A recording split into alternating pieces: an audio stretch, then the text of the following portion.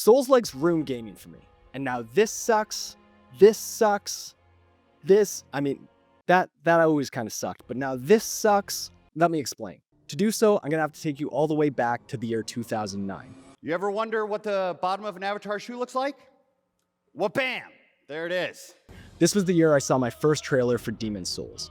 It was a pre-rendered video of a knight fighting off undead. It had ghosts and dragons and giant skeletons and whatever the hell this thing was. Oh my god, that thing looks so cool. Please let that be a boss fight. Could you imagine what a boss fight would be with that thing? It's unreal. Like, it's not chained up. It's free to do whatever it wants to be. All the possibilities of what that boss fight could have been. Wow. I didn't know what the story was. I had no idea what the gameplay was gonna be like. I didn't even know that I was into medieval fantasy. All that I knew was my body was tingling and I was all bricked up for this game. I wrote this intro a while ago. I don't remember writing that I was all bricked up for Demon's Souls. It felt kind of weird saying it out loud. I apologize for that, for my past self. I'm a changed man. I'm different now. I don't really say that I'm all bricked up for things anymore. A few days passed and I completely forgot that this game existed. And it wasn't until months later that I was at EB Games. Hey guys, welcome to EB Games. I found it on the shelf for like $30 used. All the memories of the trailer, that boss fight, what that boss fight was gonna be like, all of those memories started rushing in. So I grabbed that game, I popped it into the PlayStation 3, and once it booted up, I was greeted with that same pre-rendered video I had seen all those months ago.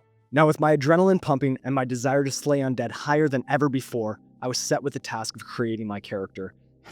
Oh boy, this is something. It is somehow convoluted and yet limiting at the same time. There's so many options. There's so many things that you can change, and yet it's still so hard to create a character that looks even somewhat remotely okay. But after 40 minutes, I did it. And then I picked the knight class, and I never saw my face again. Still dripping with the desire to hack and slash my way through hordes of enemies, I was given more context as to what was happening in the land of Boletaria, and I could not be happier.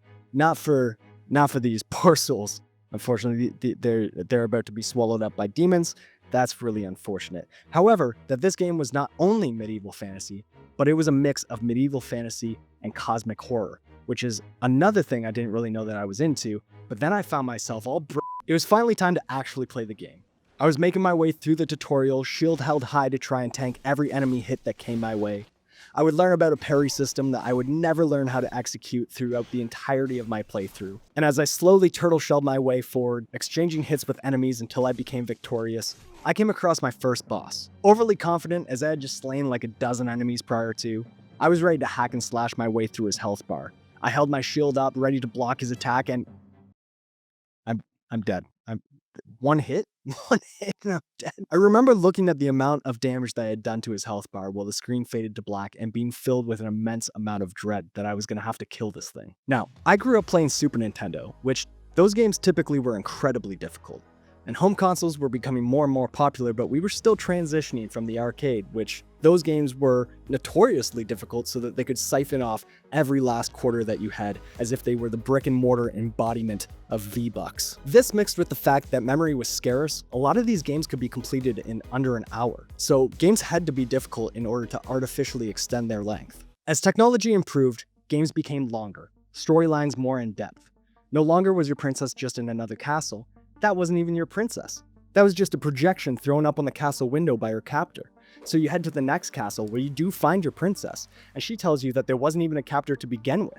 This was all just a big elaborate plan in order to break up with you. And as she's speaking to you, you look up and you see a sign for Swedish meatballs, and you start to take in more and more of the scenery, and you realize that you've been in an IKEA the entire time. And then a disembodied voice whispers in your ear,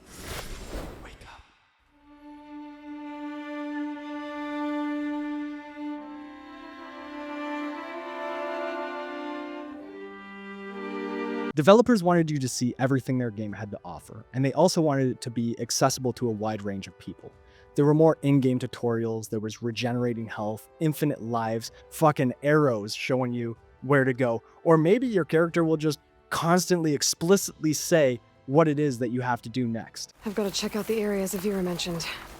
Near the big waterfall and south of that Horus on the ridge. So by the time the PlayStation 3 hit the market, the gaming landscape consisted of heavily story-driven titles that gave very little challenge unless on higher difficulty settings.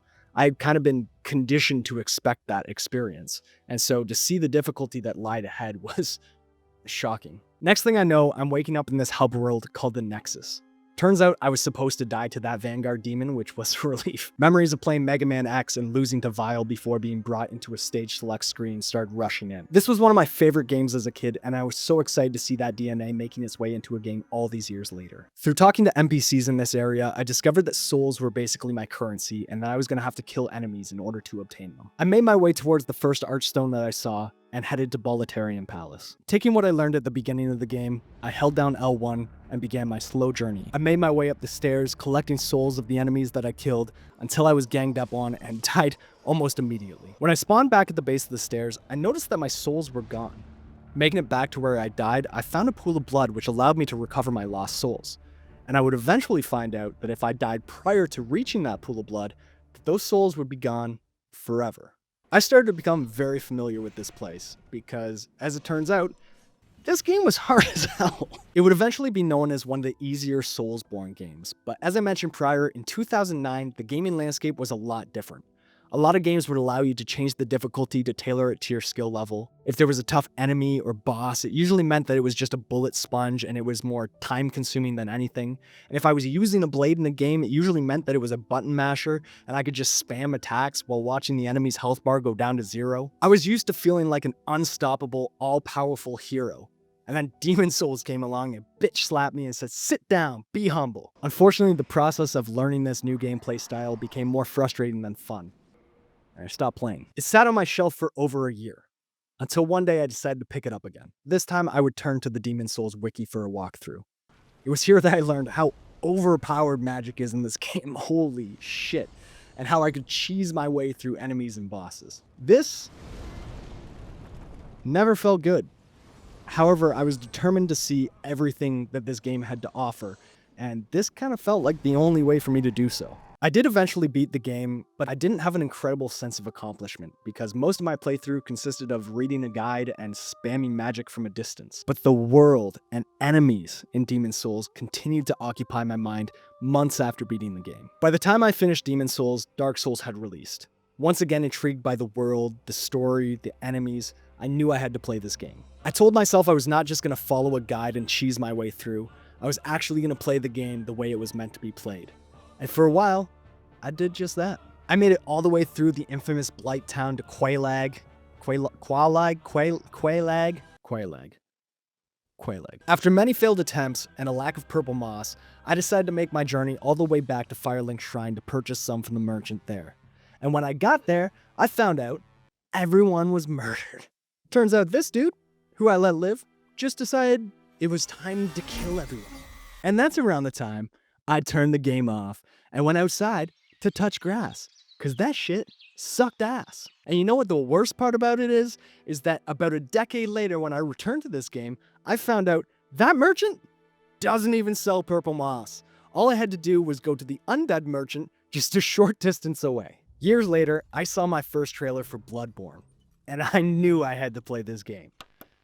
There's a bit of a pattern emerging here. I had heard about all the praise and recognition the game had gotten, and I figured I would once again dive into another Souls-like. I entered the streets of Yharnam, saw Cleaver in hand, and goddamn did this game feel good. The aggressive gameplay fit my scrappy playstyle perfectly. As I sliced my way through the windy streets, I eventually found my way to this bridge. I had no idea how I got here, but there were 2 wolves blocking my way. Very slowly, through luring them out one at a time, I managed to kill them and pressed forward. Unknowingly at the time, I walked right past the shortcut and directly into the Cleric Beast boss fight. I was quickly eliminated, as was my desire to find that fucking bridge again. So once again, I put the game in its case and back up on the shelf to be forgotten. About a year later, the Old Hunters DLC was on sale, and for some reason, I bought it. I hadn't even beaten a boss in the main game yet, but I felt the desire or need to have the DLC, which is way harder than the base game. The desire to see what the DLC had to offer was the catalyst for me busting out the game again and reinstalling it on my PS4. I can spend $30, $40 on a physical game and barely ever play it. But if I spend $13 on a digital add-on, that shit's gonna eat me from the inside out until I actually play through it. This time I would take a different approach. I would only venture so far away from the lantern before returning and repeating that process, leveling up my character slowly. All the while making a mental note of how this maze-like town was laid out. I would check every corner to see if there was an item or a secret area or a shortcut hidden away. The level design started to actually make sense to me. I started to become aware of enemy patterns. No longer was I just mashing R1 and R2 in hopes of out-health barring my opponent, but I was actually becoming better at the game, and I was loving it. Eventually I made it back to the Cleric Beast, now with better stats, an upgraded weapon, and a way better understanding of how the game mechanics work. I managed to beat this guy on my first try. I was hooked. I continued to map out this sprawling town in my head, until I found my way to Father Gascoigne. And after many attempts, I was once again soaked in the blood of my enemy. This game was amazing. I no longer felt this dread when I came across a tough boss. Instead, I was filled with this excitement to overcome the next challenge. I went on to kill the Blood-Starved Beast, Vicar Amelia, the Witches of Hemwick, the Shadows of Yharnam, and so on and so forth. I made my way to the final boss, Gehrman. There was no way I was surrendering my life at this point. And although he put up a good fight, I eventually defeated him. And as I watched the credits roll, as I had finished the game, I came to the realization that I saw none of the DLC. This was the whole catalyst for me reinstalling the game and diving back in, and yet I didn't actually even play any of it. I hadn't played a DLC for a FromSoft game yet, and I didn't know that you needed to be an enigmatologist to figure out how to access it. Yeah, I had to look up that word. When the credits finished, I once again woke up in Yharnam.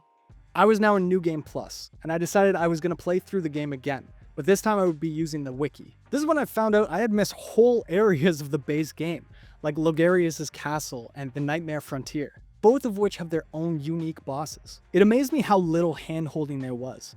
The developers were willing for you to miss whole sections of this game to allow you to come across these secrets on your own. I myself did not come across any of these secrets because I can barely find the ketchup in the fridge if it's behind something opaque. Yet, it was still super cool to know that there was still so much more for me to explore. Although I started with Demon's Souls way back in 2009, Bloodborne is really the game I attribute to making me love Soulslikes. It's where my passion for these games really started and where I kind of finally realized the appeal to this genre. To this day, Bloodborne is still one of my favorite games. And in the time since, I've beaten it on New Game Plus 7 multiple times. I've done a BL4 run killing all bosses, including the DLC. I've done a no-death run where if I would die, I would have to restart from the beginning, and I killed all the bosses, including the DLC on that run. All of this only contributed to my love of this title. At the start of this video, I said some bold-ass shit about how these games suck. And although that is still true for this title, there's a bit of a caveat. It's not that they suck. In fact, I had a ton of fun playing these games, and I do consider quite a few of these to be masterpieces in their own right. It's just that after diving deep into the Souls-like genre, anytime I'm playing another game, I feel like something is missing. Objectively, these games are great. But yeah, when I'm playing them, I'm always kind of thinking of her, you know? I have become addicted to the mechanics that Souls-likes bring, knowing full well that they do not make sense for every game, and should not be implemented into every game. But I can't deny the hold that they have on me, and unfortunately, it seems to be dampening my experience with other titles. First off is the difficulty. Usually when I boot up a game, I'm given the option to choose a difficulty, and I typically choose normal, because I assume that that is the way that the game is meant to be played the first time through. Most of the time, this setting is fine. It allows me to have a bit of challenge while still progressing through the game without too much frustration. If it's too easy though, I'm left then wondering if I should have chose a harder difficulty. So allowing me to change the difficulty throughout my playthrough should help, right? The problem is that if I'm able to change the difficulty on the fly, it incentivizes me to raise the difficulty in areas that I'm finding too easy, and then lower it when a boss or an area is too tough. At best, this can kind of create a very uneven playthrough where I'm constantly trying to find the right setting, and at worst, this can actually cheapen the experience of beating some challenges. I remember the first time I beat Genichiro in Sekiro. This boss was such a roadblock in my progression, and yet I kept fighting him until I pretty much had perfected his first two phases. When I finally beat him, I was elated, filled with an incredible amount of dopamine. The challenge of that fight made it so memorable, and if I could have made it easier, I would have, and it wouldn't have been as effective. The win felt deserved, because I actually had to put in the time and effort to get better. That's why I love the fact that Soulsborne games don't have a difficulty setting. They are a curated experience that is certainly challenging, but always fairly so. Most of the time. What was this? I know that they were like short on time or budget or whatever it was that made this. There's no excuse for this. This boss is just awful. Most of the time in Soulslikes, I am forced to learn the boss fight. I can't just swing my sword carelessly at an enemy. I need to wait for openings, see attacks before they happen, know if I need to run, dodge, block, attack, or parry. I don't have an easy way out. I can't just toss the game into easy mode and breeze through it. But once I overcome the challenge, whoa, haha, you know? Second are bonfires. In most games, they use checkpoints or some sort of save system, but in Soulslikes, they use a version of the bonfire system. The game will autosave after every item you pick up or every enemy you kill. However, enemies and healing potions won't respawn until you rest at a bonfire. Or a lantern. Or a bench. This leads to playing the game a little bit differently. Now you have to decide whether or not you have enough health to continue, not knowing if you're about to step into a boss arena, or if you would rather retrace your steps all the way back to the resting point and respawn all the enemies, which leads me into my next point. The fear of death. Typically when I die in a game, I'm brought back to the nearest checkpoint or my most recent save without really losing anything except for my time, which one could argue is the most valuable asset we have. But since I don't value mine, I know that I can throw myself in an obstacle repeatedly without much thought, and I will eventually overcome it. However, in Souls games, the currency that you gain through killing enemies, which is used for leveling up and purchasing items, can potentially be lost forever through death. The deeper I would get into an area, the more I would slow down, for fear of an enemy jumping out or potentially stumbling into a boss arena. Every step was cautious, mapping my path out so that if I were to die, I would be able to find my way back to collect my souls, or echoes, or dignity. And when I did die, it almost always felt like a learning experience. Like right here. Don't fall off. There was always this immense relief when I would see the faint glow of a resting point in the distance. This forced me to learn the game. Not just the mechanics, but I needed to memorize these winding levels, the enemy placements, their attack patterns, shortcuts. I was actively engaging in this world. Replayability. I don't often replay games, or at least I never used to. Before getting into the Souls-like genre, I really only replayed BioShock. One of the main reasons for that was how long it would take to actually get into the meat of the game. A lot of games take multiple hours until you get past what one would call a tutorial or a prelude. BioShock being one of them, but I just really liked that game. Soulsborne games, on the other hand, don't really have anything that you could call a tutorial. And if they do, you can usually either skip it or it's extremely short. The ability to start a new game and just jump right into the action helps me in my extremely short attention span actually play through these games multiple times. Another staple of these games is New Game Plus, which allows you to carry over your level, items, weapons into a new game, with bosses and enemies getting a boost to their health and damage output. Pair that with the fact that there are many hidden areas, bosses, and items that you might have missed your first playthrough, and it gives you more incentive to go through the game a second time. Trust in the player. I can't tell you how many times I have been actively trying to figure out a puzzle when all of a sudden a character out of nowhere starts yelling at me, telling me what to do. Like, I get it, Atreus, you're like the trickster god of puzzles or whatever, but let your old man figure this one out, okay? He's in his 30s now. He's not as sharp as he used to be, all right? It's gonna take me a bit of time. I don't need you out there being like, hey, it looks like that gate is controlled by a lever, and I think I saw a lever over there left to that rock. Maybe if we go left to that rock, we might find something that looks kind of like a lever that's going to open up that gate. Like, have you figured out this puzzle already? Have you done this already? This is the weirdest, like, patronizing way to tell me what I'm supposed to do next. And I understand there needs to be a wide range of accessibility in video games. People of all different ages and skill level play video games, so these hints or directions may be helpful for some. And although they are allowing you to turn these hints on or off, or how frequently they occur, the default setting seems to be just full bore. I love the fact that in a lot of these Souls-likes, there are entire levels or bosses that you just might not ever see, or items that you have no idea what they do until you use them because the description is incredibly cryptic. A storyline that only gives you pieces, leaving you to fill in the gaps with your own imagination. There's no objectives listed in a menu, no maps or waypoints, and if there are, they're almost as vague as the story itself. These games trust in you, the player, to figure things out on your own through trial and error. Which brings me to my last point. Community. These games trust in you as the player, but they also trust in the entire player base to share information with each other to discover everything that the game has to offer. Because these games can be so difficult and there are so many secrets, they have fostered a huge community dedicated to helping new players, speedrunning the game, creating challenge runs such as not being able to level up or only being able to use some crappy weapon, creating videos explaining the cryptic stories. There are whole YouTube channels dedicated to just that. VaatiVidya has made an entire career out of it. At least I assume so. I don't really know him. Not that I don't really know him. I don't actually know him at all. I don't know him at all. But he gets a lot of views on his videos, so I'm assuming he's doing that as a career now. His videos are amazing. Go check him out if you haven't yet, but that is usually my go-to for when I'm inevitably confused as to what the hell is happening in the land of Boletaria. What's happening? What's happening here? What's happening here?